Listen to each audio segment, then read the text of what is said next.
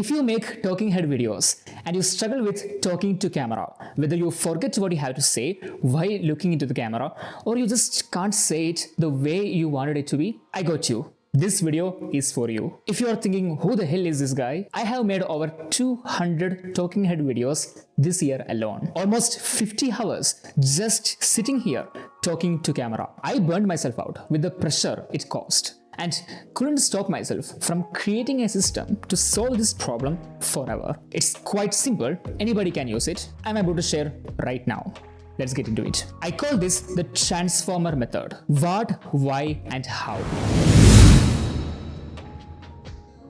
Start by listing down all the problems you are facing while talking to camera. You need to know the problem in order to fix it. Most people don't even know what's going wrong, and that's why even after taking a cold shower, they still have the problem. Here is a list of problems most people face. You might be facing too. Just pick the ones you do and write it down on a piece of paper.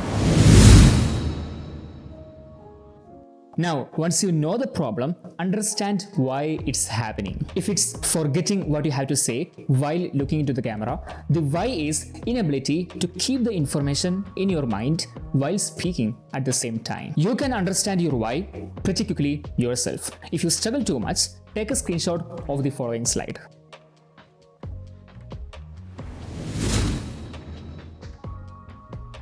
Now, once you know the why, just find ways to fix it. If it's your inability to keep the information in your mind while speaking at the same time, one, you can practice your script a couple times before you look into the camera so the information is in your subconscious mind. Two, you can always look into the script to catch up the very next words after each context or sentence before you look into the camera. There is a lot of ways you can solve this. If you just sit for 5 minutes, you will have all of your answers. Now, if you still struggle, take a screenshot of the following slide.